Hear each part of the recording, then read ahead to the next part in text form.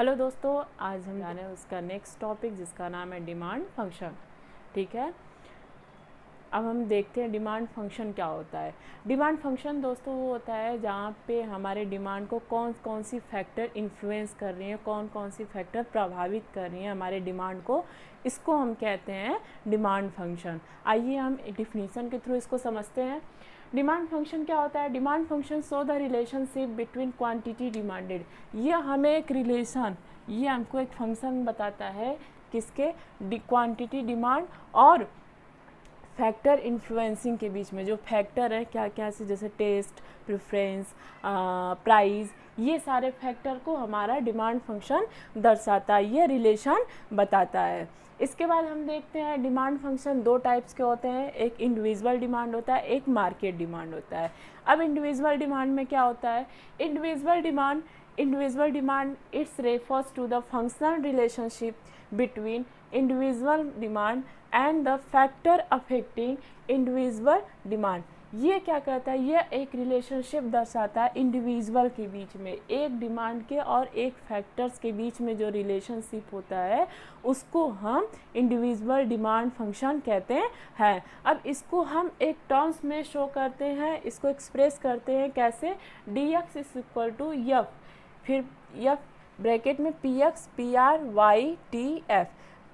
dx मतलब demand for a commodity x, फिर इसके बाद है f मतलब expectations of change in price in future में कौन सी प्राइस चेंज हो सकती है उसका एक्सेप्टेशन।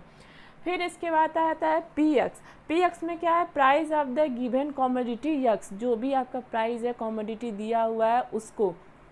इसके बाद हम देखते हैं PR में क्या होता है? प्राइस ऑफ रिलेटेड गुड्स, जो भी आपका रिलेटेड गुड्स है उसकी प्राइस क्या है उसको। फिर इसके बाद आपका आता है टेस्ट एंड प्रेफरेंस। देखिए डिमांड फंक्शंस में आपका डिमांड, इस पे भी आपके टेस्ट और प्रेफरेंस के हिसाब से भी आपका मैनेज होता है। टेस्ट और प्रेफरेंस से भी आपका डिमांड क्या होता है? इंक्रीज और डिक्रीज होता है। अगर कोई चीज़ आपको पसंद है तो उसको आप डिमांड बढ़ा दोगे, कोई चीज़ नहीं पसंद है उसका डिमांड क्या करोगे? आप घटा दोगे।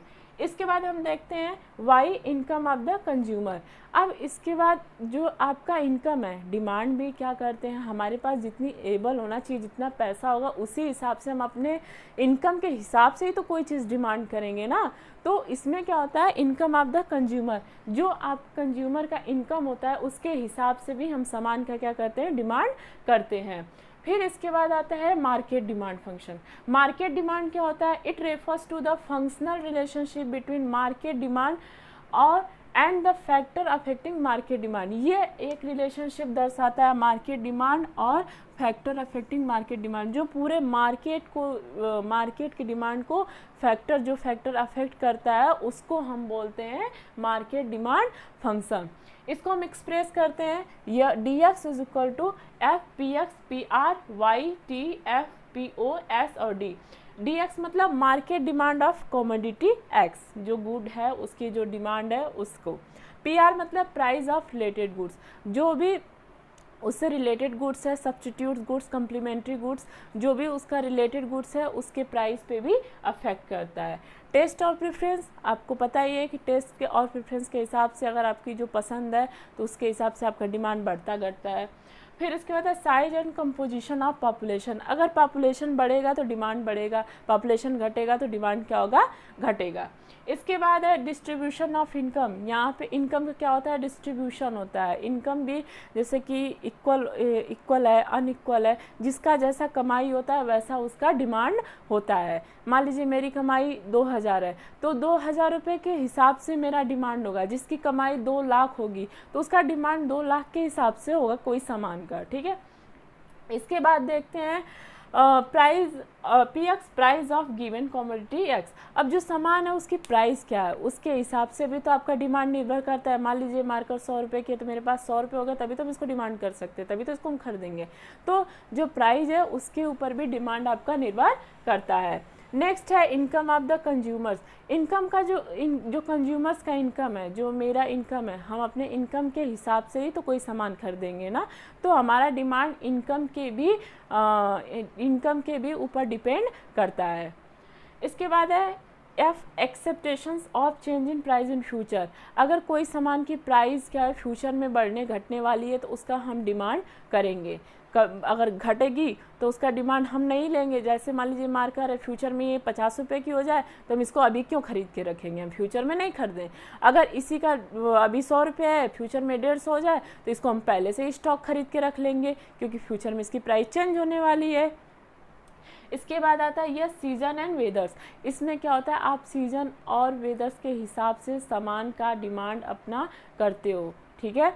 अब इसके बाद हम देखने जा रहे हैं डिमांड शेड्यूल क्या होता है। अब हम देखते हैं डिमांड शेड्यूल क्या होता है। डिमांड शेड्यूल मतलब टेबल, ठीक है, कि अगर डिमांड को एक टेबल के थ्रू हमको रिप्रेजेंट करना है तो कैसे रिप्रेजेंट करेंगे। पहले एक डिफिनीशन देखते हैं इसका। It is a tabular statement, यह एक टेबलर स्टेटमेंट होता है जो showing various quantity of a commodity being demand eight a various level of price during a given period of time. इसमें क्या होता है, आपका जो एक पीरियड ऑफ टाइम में है उसको डिमांड को हमारा प्राइस के हिसाब से क्या करता है, शो करता है। इसको भी दो टाइप्स में बांटा गया है डिमांड शेड्यूल को। एक इंडिविजुअल डिमांड शेड्यूल होता है, एक मार्केट डिमांड शेड्यूल होता है। इंडिविजुअल डिमांड शेड्यूल में क्या होता है, it refers to a tabular statement, यह एक टेबलर स्टेटमेंट्स को दर्शाता है, showing various quantity of a commodity that a consumer is willing to buy various level of price during a given period of time. यहाँ पे एक consumer की बात की जा रही है कि एक कंज्यूमर है जो विलिंग है हमारे प्रोडक्ट्स को अपने प्राइस के अंदर, जो उसकी प्राइस है उसमें एक period, fix period of time में वो सामान को खरीद सके। यहाँ पे किसकी बात की जा रही है, केवल एक कंज्यूमर की बात की जा रही है। अब इसको एक टेबल के थ्रू समझते हैं। जैसे ये प्राइस हो गया, ये क्वांटिटी डिमांड हो गया। अगर आपका प्राइस घटा, अगर आपका क्या हो रहा है, प्राइस घट रहा है तो आप डिमांड बढ़ा रहे हो। प्राइस बढ़ रहा है तो डिमांड घटा रहे हो। क्या प्राइस आपका क्या हो रहा है, बढ़ता जा रहा है तो डिमांड आपका घटता जा रहा है।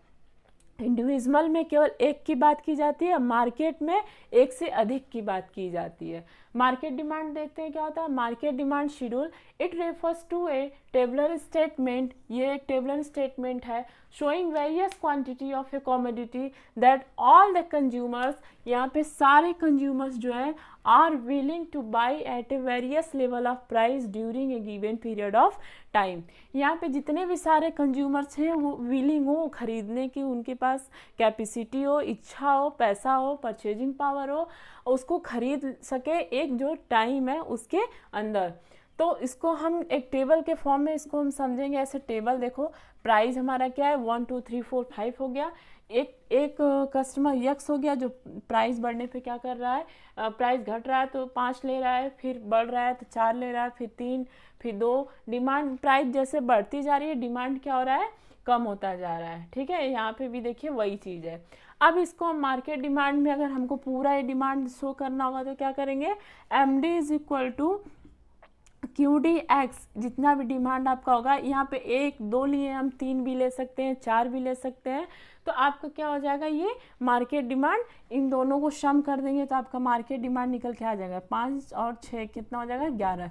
ये आपका टोटल मार्केट डिमांड निकल के आ गया, ठीक है।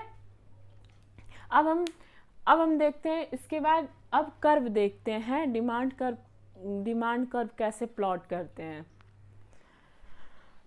अब हम देखते हैं डिमांड कर्व क्या होता है। डिमांड कर्व क्या होता है, ये एक ग्राफिकल रिप्रेजेंटेशन होता है जिसको हम ग्राफ के थ्रू दर्शाते हैं, कर्व के थ्रू इसको हम दर्शाते हैं।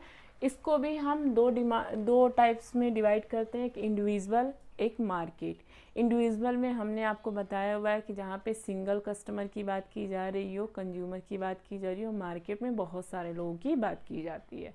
तो पहले हम इंडिविजुअल डिमांड कर्व ड्रॉ करेंगे। इंडिविजुअल डिमांड कर्व में पहले हम यहाँ पे प्राइस ले लेते हैं। ये आपका क्वांटिटी डिमांड होगा, ये X हो गया, ये ओरिजिन हो गया, ये Y हो गया। अब मान लीजिए 1 2 3 4 5। अब ये तो आपका प्राइस हो गया।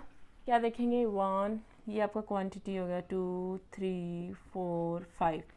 अब क्या आप कर रहे हो, अगर आपका प्राइस 5 है तो आप क्या करोगे, डिमांड को यहाँ पे 1 लोगे, डिमांड को क्या करोगे, कम कर दोगे, डिमांड को क्या करोगे, कम कर दोगे, ठीक है। अगर आपका प्राइस क्या है, अगर प्राइस आपका ज़्यादा है तो डिमांड कम कर दोगे। अगर आपकी प्राइस फिर 4 है तो आप डिमांड, अगर प्राइस आपका कम हो रहा है तो आप क्या करोगे, यहाँ पे डिमांड को आप बढ़ा दोगे। डिमांड को क्या करोगे आप, डिमांड को बढ़ा दोगे। ठीक, ऐसे ही आपका फिर अगर प्राइस आपका क्या हो रहा है, फिर 3 हो जा रहा है तो आप क्या करोगे, यहाँ पे डिमांड को बढ़ा दें।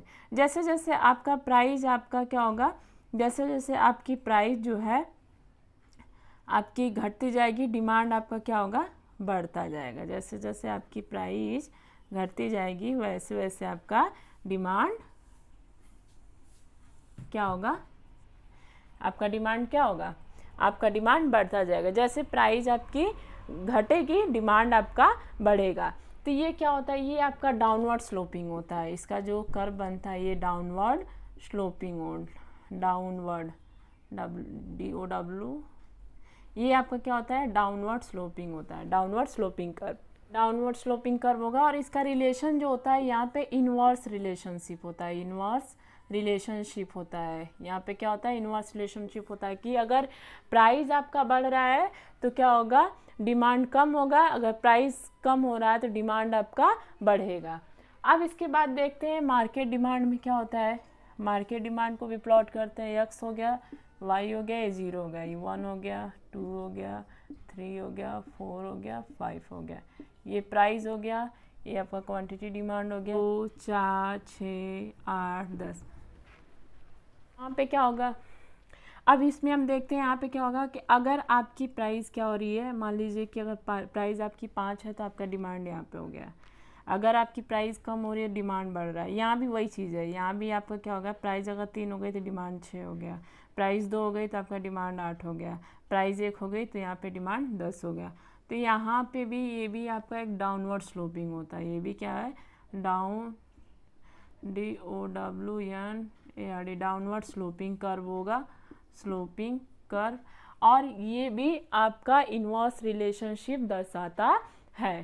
ठीक है, अब यहाँ तक तो हमारा चैप्टर, यहाँ तक हमने, अब इस वीडियो में यहीं तक हम इस टॉपिक को रखते हैं। इसके बाद हम पढ़ेंगे लॉ ऑफ डिमांड, डिमांड का लॉ क्या होता है। ठीक है, तब तक के लिए जो भी हमने पढ़ाया उसको आप रिवाइज कीजिए, हमारे चैनल को लाइक और सब्सक्राइब कीजिए। Thank you so much.